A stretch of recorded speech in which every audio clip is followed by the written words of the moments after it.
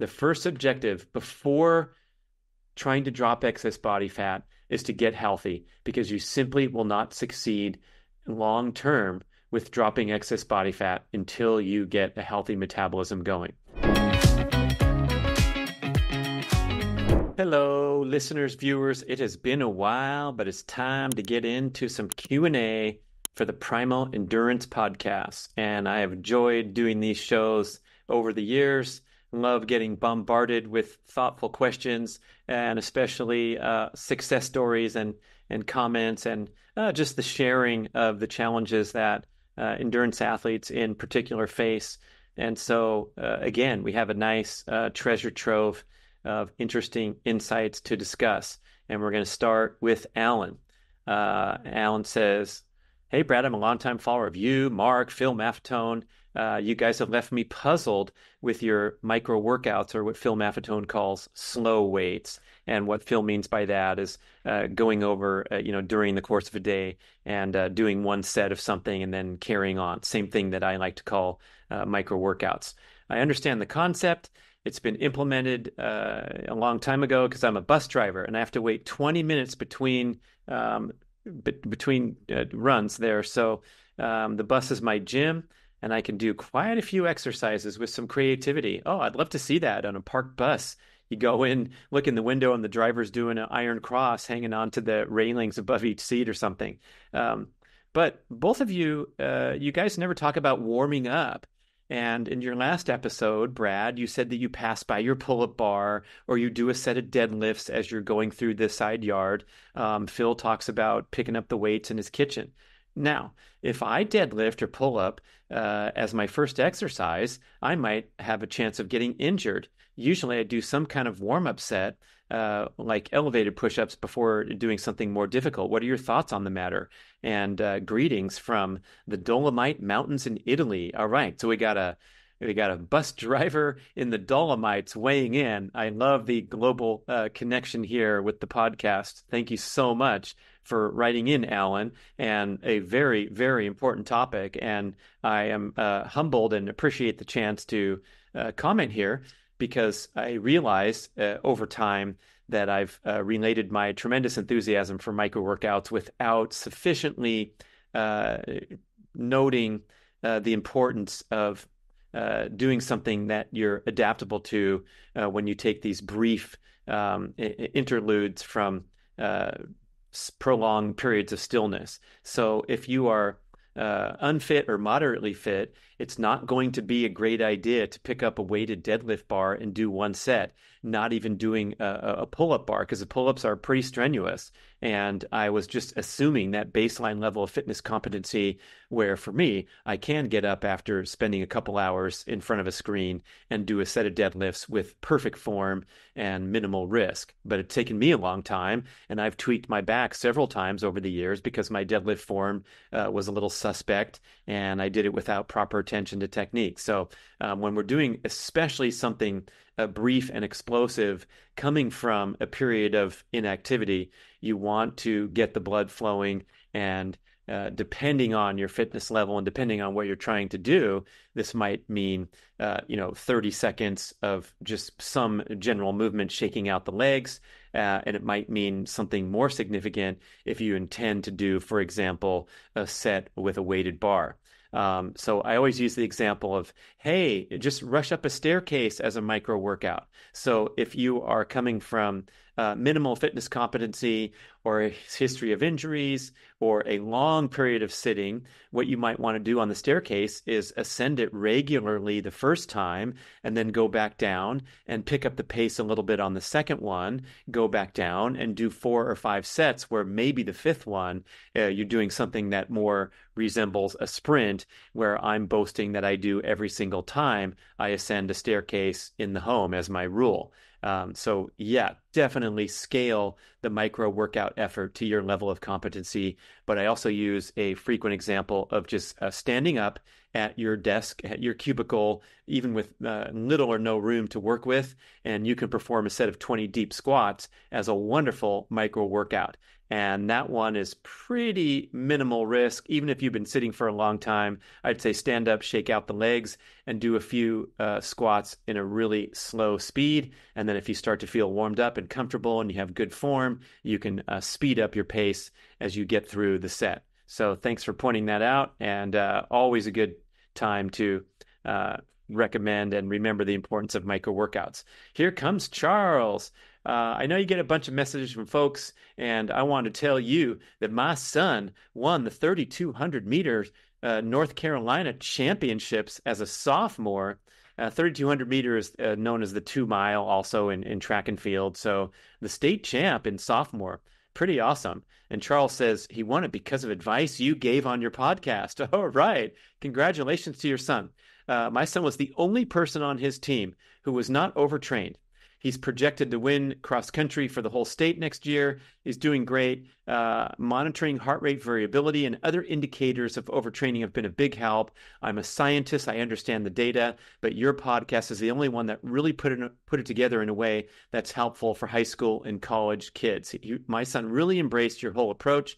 He's careful about diet, doesn't eat any processed foods like the bars that other young runners are so popular with. No sugar, no seed oils, no things that are hard to pronounce.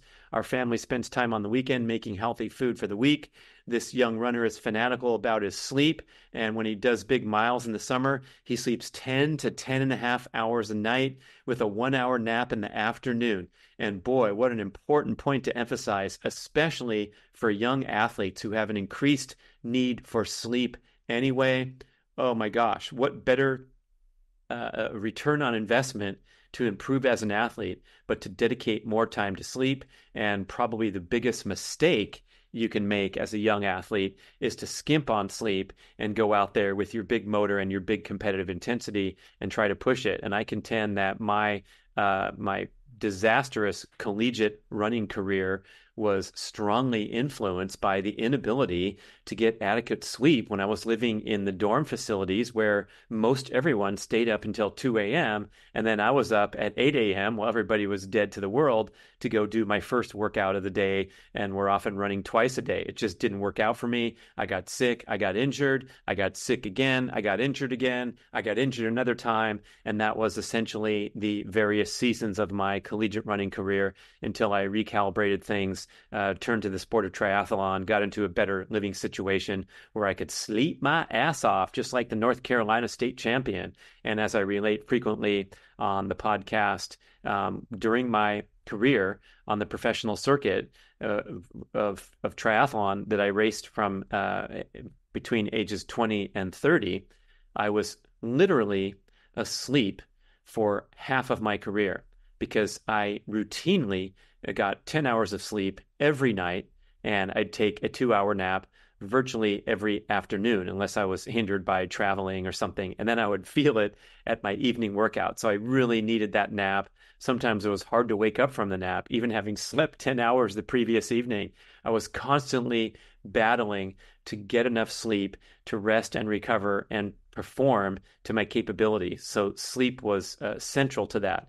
And when I described that pattern of 10 hours a night and 2 hour nap, that's in season. But what happened at the end of these long competitive seasons where I was traveling on airplanes across the world and logging up huge miles on Pan Am, my favorite airline, and I obtained Premier Emeritus status where I could go into the private lounges with all the other frequent flyers. So you can guess who those people were. Yes, they had suits and ties and were very prim and proper. And I'd go in there in my sweats and do leg swings and squats and stretches and things in front of these people. Like, how did this guy sneak in here? Well, I put on a lot of miles following the triathlon circuit around the globe. And when those seasons were over, I was exhausted, and it took me a couple months just to recalibrate back to baseline human function, even though I was training very little and just having fun exercising. But I would routinely sleep 12 hours a night for 4, 6, or 8 weeks after the season ended. in an attempt to recover. And honestly, the only reason that I would get up is because I felt like a slacker at 10:30 a.m. and I made myself get out of bed, having gone to bed the previous night at 10:30 p.m. So great to hear that certain young runners mention it, notably the state champion is getting his proper sleep. So if you want to be state champion or be up there at the high standard, boy, oh boy, get your sleep handled. Back to the lengthy report from Charles over there in North Carolina. We got a TX bar. We have a hex deadlift bar at the neighbors. He's been working on strength training. Most importantly, he's developed the courage to adjust his training based on how he's feeling. And kudos there, because it's really tough for young runners to do that in a team environment because there's so much misplaced and competitive intensity and questionable coaching methods where all the kids are asked to complete the same workout pattern rather than individualizing everything based on their capability and their recovery rates. I can't overstate the importance of other endurance athletes saying that it's okay to change things up when you're feeling off. For example, if the high school team is doing hills and he has a twinge in his calf or isn't feeling it, he will adjust his workout and absorb that negative feedback from the coach. Hopefully, the coach will get his head straight if he's got a state champion on his roster and the state champion decides to bow out early from a workout. You know there's something going on there, and I think the coach should support that. In any case, to finish up the story, the Charles's son was the only athlete on his team who didn't have an injury and was able to put in PRs on race day rather than coming in tired and worn out. And that's so common among the youth running programs across our great land and probably across the world, where the kids are simply pushed too hard. They're pushed indiscriminately and in a group manner rather than individualizing the training, and they just bomb out. And it breaks my heart, and it's super frustrating because this was the stuff that was going on when I was in high school 39 years ago, something like that. No, is it 40? Oh my goodness, 41 years ago. And you know, it was tragic. I was very devastated in college when my seasons came to an abrupt end and my career came to an abrupt end because I couldn't keep up with the pace that was established by the pack at large rather than someone looking out for my individual needs. And to realize that it still goes on today is absolutely ridiculous when we have so much knowledge and exchange of information.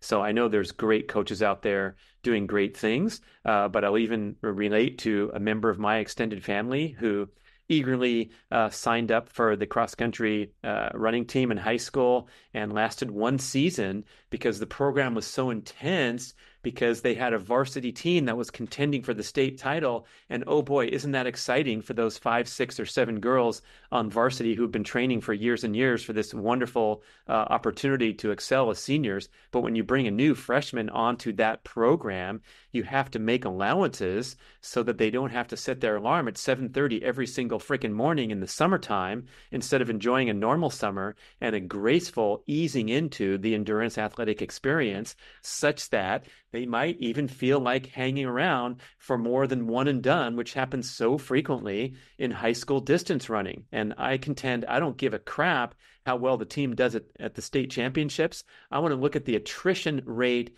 that exists in under a coach's program and judge the coach largely by that. And I don't think any of that is happening. And we're just too fixated on the excelling of the stars, especially in youth sports, and not enough concerned with those kids that are on the borderline, and who knows what they're bringing to the table. You see the tip of the iceberg when some kid shows up at practice. Maybe there's a dysfunction in the home family. Maybe there's personal issues that they're trying to work through. And boy, you got me started, but I want kids to have a positive personal growth experience rather than get beat up by the regimentation and the competitive intensity of youth sports, high school sports. Okay. Besides that, I have no strong opinions on the subject. Next is Colin. He says, I'm a longtime listener of your podcasts and audiobooks going back to Primal Endurance, Primal Blueprint. Love the BRAD podcasts and the Primal Endurance podcast. As a longtime fan, I've come to a breakthrough conclusions. on this topic of energy balance and stress optimization. I believe that we have an unreasonable desire to count calories as if there is some magic number that we each need every day. Yet it's practically impossible to measure and maintain this caloric intake or actually realize what happens in the body, I'm adding, because of our hormones. And like you say, if we happen to figure it out, calorie restriction might only work for a short time until it doesn't anymore. So can't we all just agree that maintaining a healthy weight really has little to do with how many calories we eat and almost exclusively how good, how quality the food is? Not the taste of it, but the nutrient density and how it affects us physiologically. By subtracting junk food and focusing on food that nourishes the body, that health will return naturally. And that is beautifully said, Colin. And I direct you to my numerous podcasts with Jay Feldman that were published on the BRAD channel, where he talks about this energy balance model and made some really provocative insights where if we consume processed foods, we screw up our body's ability to manufacture energy internally. One particular graphic example is the ingestion of refined industrial seed oils, rendering our fat metabolism dysfunctional and promoting insulin resistance and diabetes. And emerging research is showing this very clearly. Dr. Kate Shanahan has promoted this issue extensively in recent years, and she was also a guest on the BRAD podcast, so you can listen to those episodes. But when you consume processed foods, you start to compromise your ability to burn energy, and then guess what you're reliant upon? That's right, more nutrient deficient processed foods. So whatever the calorie count of a Twinkie versus a steak, it has a dramatically different impact on the body and an impact on your metabolism and your body composition. Look no further than the accumulation of visceral fat, also known as belly fat or abdominal fat, over the years. Now, visceral fat is a different kind of fat than general routine stored body fat or subcutaneous fat that's stored, deposited in whatever areas of the body that you have a tendency to. The visceral fat accumulates around the abdominal organs and is extremely health compromising. It's classified as a different organ because it secretes agents into the bloodstream, inflammatory cytokines that influence, adversely affect metabolism and adversely affect hormonal function, especially sex hormone function. And this visceral fat accumulates due to adverse lifestyle practices, especially the ingestion of processed foods that we have difficulty digesting and assimilating, and wreaks havoc throughout the body on assorted organ and metabolic function. So if you carry a spare tire, even a little spare tire, it begets the accumulation of a bigger spare tire as the years go by. And this is such a routine aspect of aging that we come to view it as normal, but it's largely driven by consuming toxic foods. So forget about the calories, just like Colin describes here. If you nourish yourself with highest quality foods, you're going to optimize your natural appetite and satiety mechanisms. You're going to eat the exact amount you need to thrive. And if you have excess body fat to lose, especially visceral fat, that fat will melt off your body like the commercials promise when you're consuming nutritious foods and avoiding the foods that destroy healthy metabolic function. So forget about counting the calories. It's like count the quality, okay? And here's more from Colin. I work at the Y as a trainer and triathlon coach, and I see this all the time. I'm a former age group triathlete, and I trashed my own metabolism and gained around 60 pounds after completing my last Ironman in 2017. I haven't been able to race. I'm trying to get my health back and get rid of that spare tire that inflated, especially during the pandemic. My condition is causing me to lose clients, but who can blame them for not understanding how a fat guy like myself could be teaching people how to slim down? Maybe I should try the Primal Blueprint 21-day total body transformation again. And that is the title of a great online course that I have at bradkearns.com. So please check that out. And you get a comprehensive series of videos and written assignments focused in this 21-day boot camp, if you will, to help you correct these drastic problems, such as the metabolic dysfunction caused by ingesting crappy foods. And I really give Colin a lot of credit for writing in and admitting, as he's providing constructive feedback for all of us, that he succumbed to the trashing of his metabolism and gaining excess body fat and gaining a spare tire, spinning out from his time as an Ironman triathlete. And I don't know this, but we could perhaps speculate that the extreme training required to perform an Ironman sometimes causes some fallout because it's too hard to sustain. And when something is unsustainable, your body has a way of recalibrating. Look no further than the Biggest Loser contestants, where follow-up research reveals that almost all of them have gained back all the weight, and in many cases, more weight than they showed up on set with. And these were the people that were weighing 300, 400, 500 pounds, lost huge amounts of weight in a short time, enticed by the incentives provided by the show. But over the long run, they still had signs of metabolic dysfunction driven by the extreme suffering that they endured during the very short duration of the show. So when your body is deprived of calories and driven to excess exercise, it is going to recalibrate for years and years by triggering an excess appetite, especially for nutrient-deficient processed foods, because you've trashed your metabolism so bad with extreme exercise. Okay, so Colin, continuing. I think you hit the nail on the head, Brad, when you said too many good stressors is also stressful, and that stress can delay your efforts to lose excess body fat. So maybe that's what I need, is to get healthy first, then lose weight as a result of getting healthy. I'm interjecting here. Dr. Tommy Woods said this so beautifully in our shows, and you can see a recent rebroadcast of one of the older shows on the BRAD podcast, where he said with his clients, the first objective before trying to drop excess body fat is to get healthy, because you simply will not succeed long term with dropping excess body fat until you get a healthy metabolism going.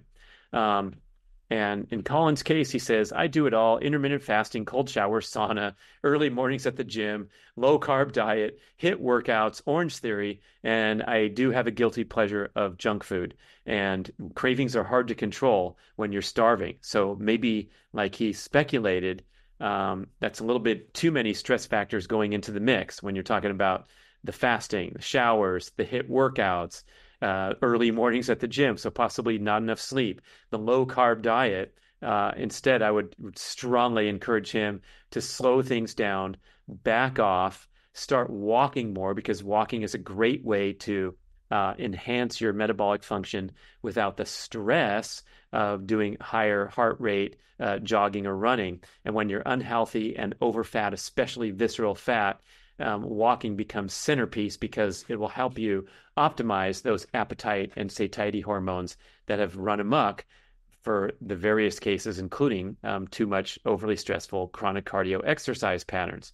Okay, Brad, that's enough. But you've been a big inspiration to me, training for my big races and becoming a fitness professional. And I enjoyed the Primal Endurance Mastery course as well. You can see all about that at primalendurance.fit. It's still the most comprehensive course on endurance training and racing ever developed. And I would love for you to enroll in that if you haven't already.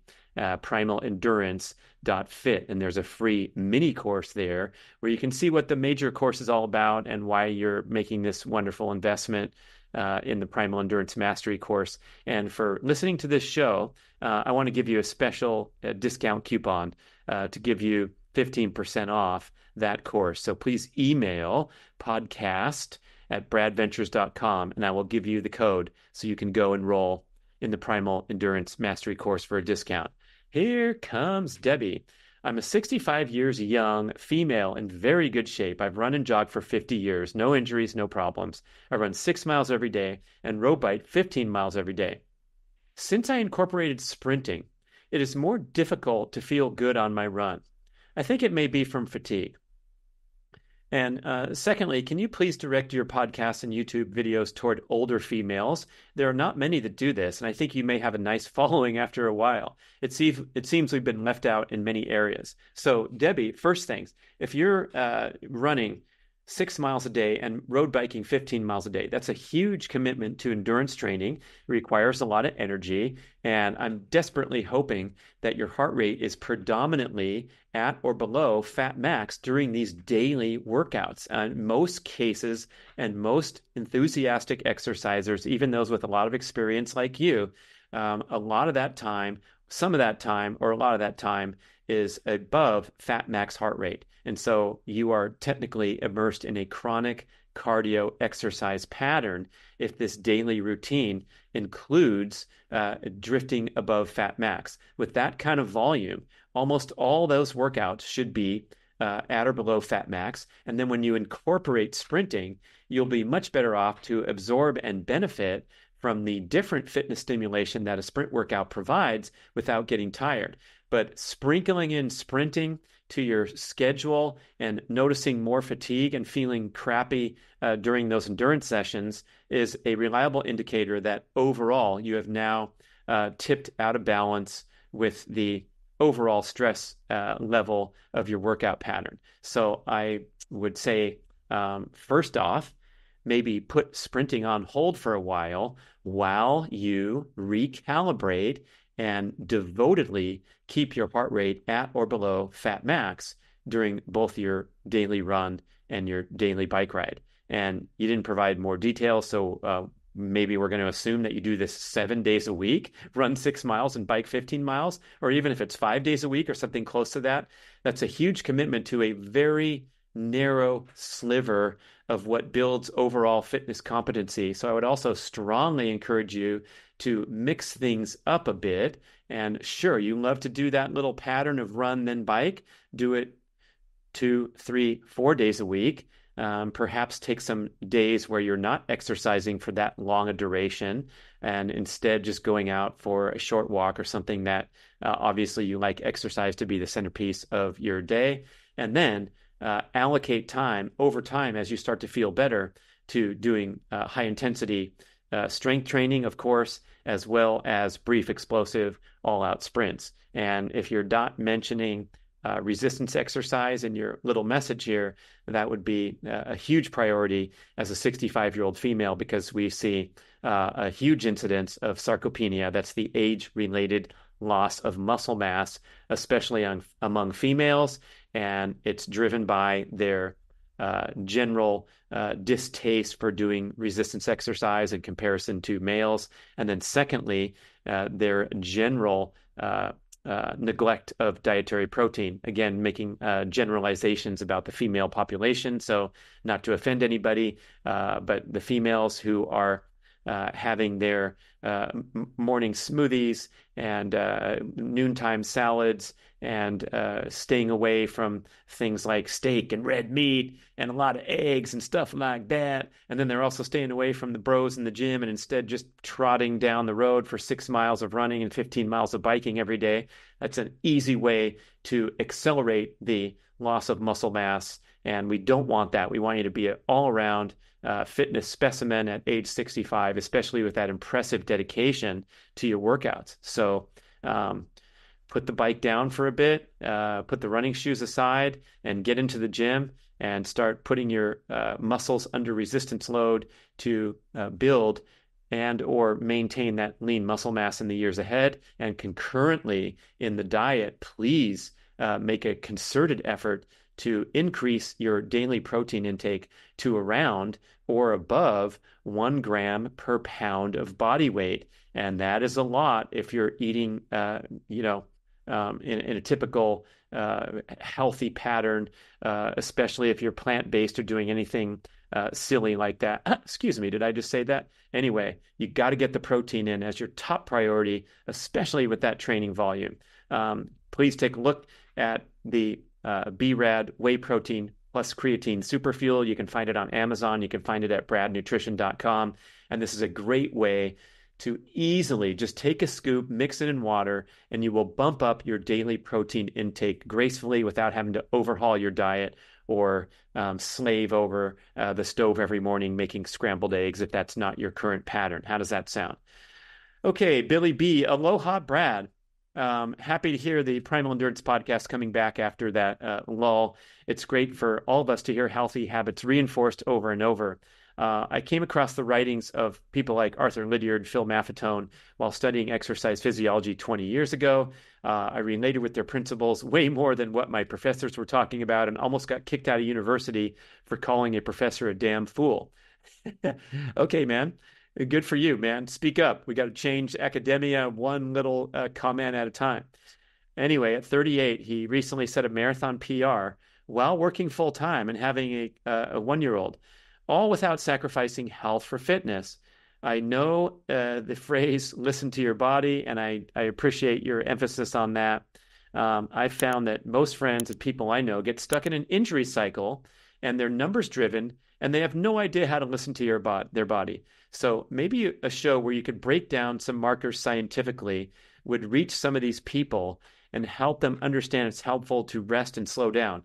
Well, I think the endurance culture has done a good job of that in recent years because now there's so much technology available from the biofeedback devices that measure training, like heart rate, like wattage output, and the biohacking tools like the sleep trackers and the heart rate variability tracker, and all that stuff's wonderful. But again, if you are numbers driven and have difficulty listening to your body, it's very possible that you can get too deep into the numbers game at the expense of just using simple common sense. So I will definitely put in a plug here for go ahead and measure everything if you want, but we do have to put a huge vote in for an intuitive approach to training.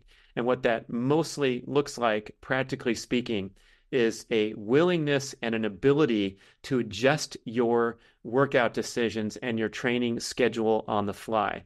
And believe me, it took me many years to learn this the hard way when I was competing as a professional on the triathlon circuit, that I wanted to accomplish a certain amount of weekly mileage in each sport. I wanted to hit the major workouts like the Tuesday morning anaerobic threshold run and the long bike ride on Wednesday or Saturday and all the things that we had in store every week and were so eager and excited and ready to jump into. But when I felt a little bit off at some of these workouts, I realized that if I carried on bullheadedly to complete my weekly schedule, and a lot of recreational athletes are paying good money for these schedules from prominent coaches.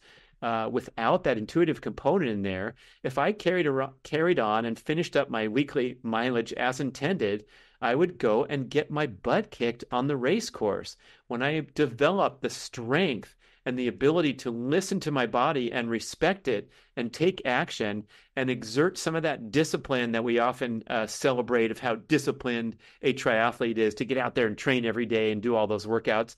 I had to exert that discipline in the opposite direction.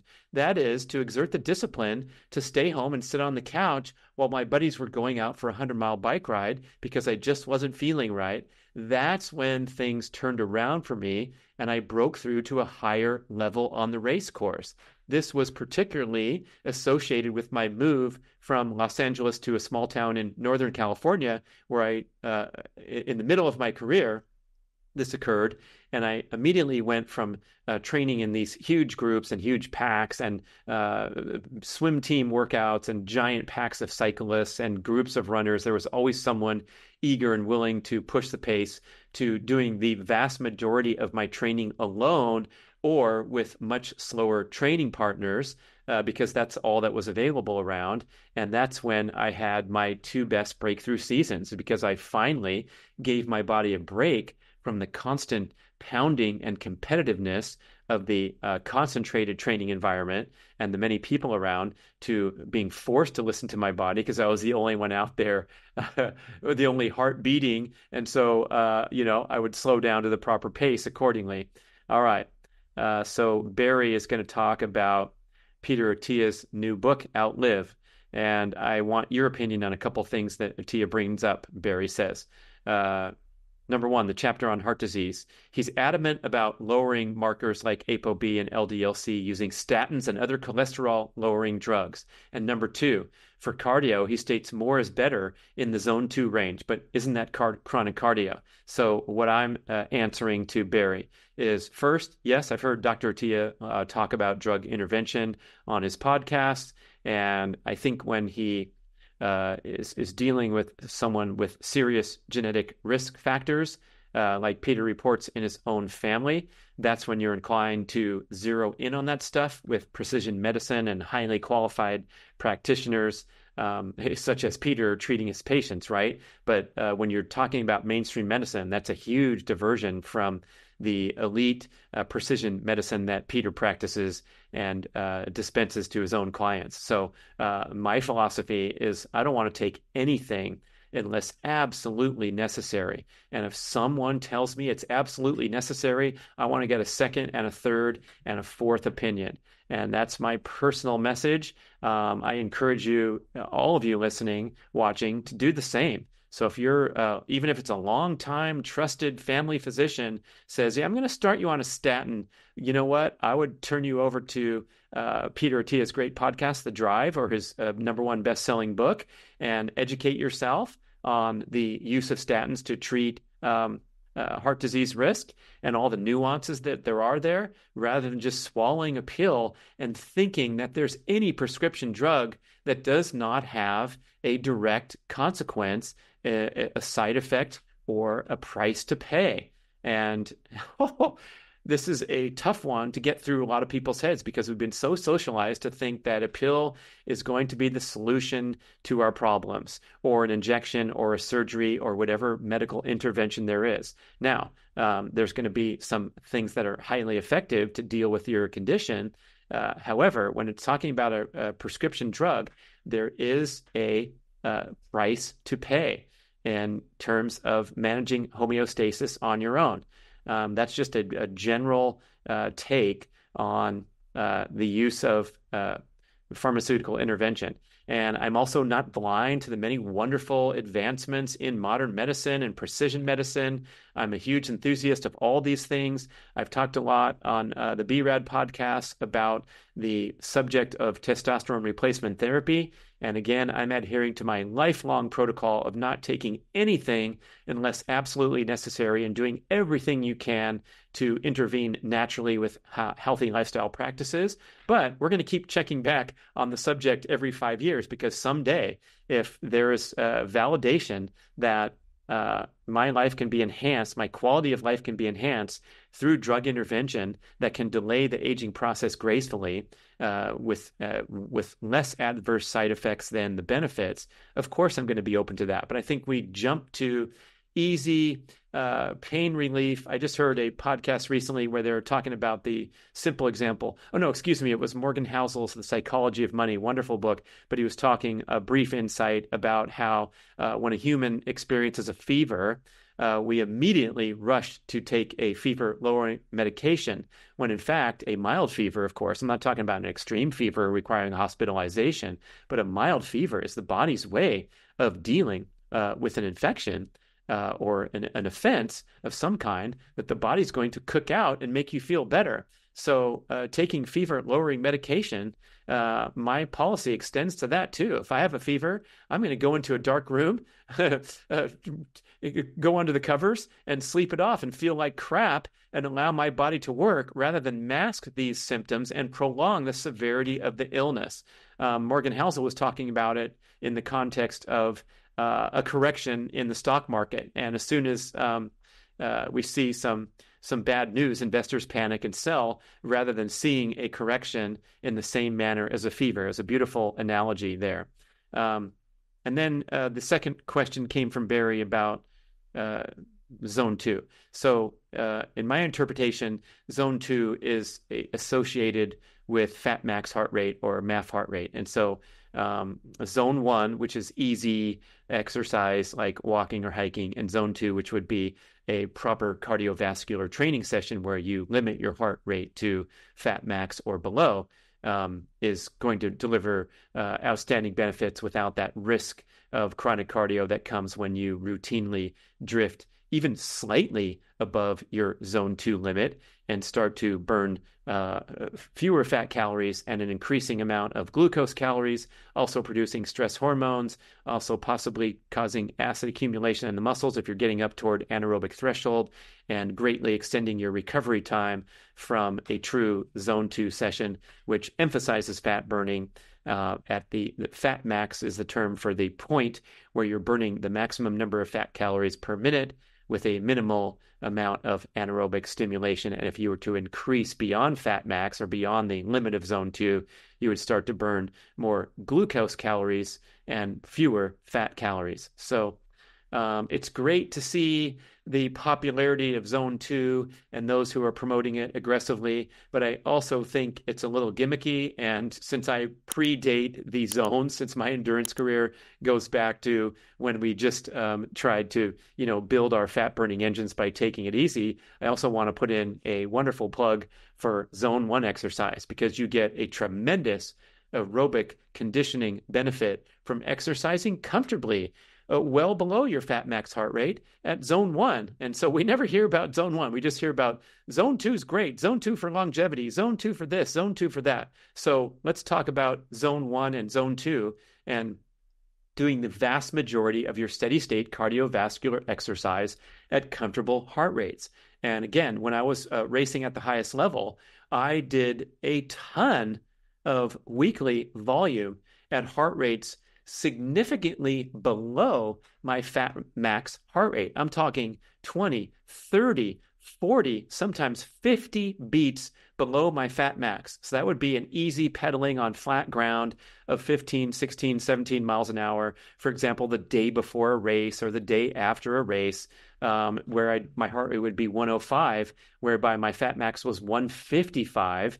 And at that pace, I could maintain a speed of 23, 24 miles an hour as a fit triathlete. So there's tremendous training benefits to be had, training way, way, way below fat max. But it seems like the average recreational enthusiast is obsessed with pegging their heart rate right at that zone 2 limit, thinking that's where they need to be. True, the maximum aerobic conditioning stimulation is going to be at that fat max heart rate, but we can't do that day after day. And I also cite the example of the greatest marathon runner, one of the greatest endurance athletes ever on the planet, Eliud Kipchoge, and they did a detailed analysis of his training. You can find that online and also in the upcoming book that Mark Sisson and I are working on called Born to Walk. But he does somewhere around 80% of his weekly mileage at what the average recreational participant would call zone 1. He's running 6:30 to 8-minute pace per mile for most of his running. Yes, he does some pretty badass interval workouts, and 6 times 1,000 meters at 2 minutes 50 seconds or whatever. When they go hard, these guys go hard. But for the most part, he is out there, quote unquote, jogging. And he is the greatest marathoner of all time, with tremendous fitness capability and capacity to work much harder than the average person. And yet the average marathon runner works much harder than Kipchoge, relatively speaking.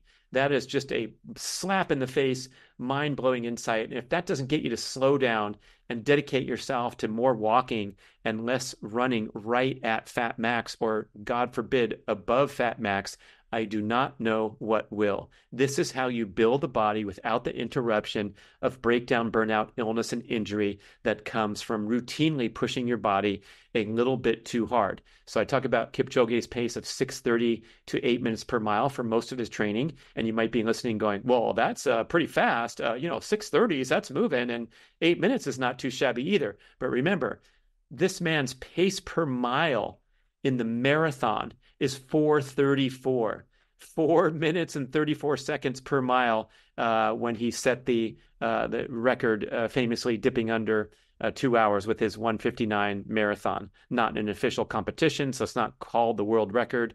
But anyway, the guy's a 2-hour marathoner running 4:34 per mile. So he is running, I did the calculation in the book, it's like 43 to 68% slower than his marathon pace. 4:30 mile in the marathon, 6:30 mile in training. So why don't you take 2 minutes off of your marathon pace, or perhaps even more, because again, we're going by percentage. So I'm going to ask you to take, let's say, 3 to 4 minutes off of your marathon pace so that you may honor the wonderful example set by Kipchoge for how to build the aerobic system without interruption from breakdown burnout. And tell me what that pace per mile is. And realize that exercise physiology gait analysis reveals that the average human switches from walking to jogging at a 14-minute per mile pace. So anything slower than 14 minutes a mile is requiring of a walk, and that would be a great training effect for you if you're a 4-hour marathoner. 4:30 is the average marathon finishing time among 2 million marathon finishers every year, and that is a 10:18 per mile. So if you add 3 or 4 minutes to that, you are talking about walking being an appropriate and highly effective training session for the average marathoner. Besides that, go knock yourself out and run really fast a lot, right? That's a great way to get yourself into that hole of breakdown, burnout, illness, and injury. So, sure, zone 2 is great. That's when you're going right up near your marathon race pace. In fact, a marathon race pace is actually 15 seconds faster than your fat max pace per mile. But for the most part, don't forget to put a huge chunk of your training in at comfortable zone 1 heart rates, even if you harbor really ambitious competitive goals, because that's what the very best in the world do, and it will work for you too.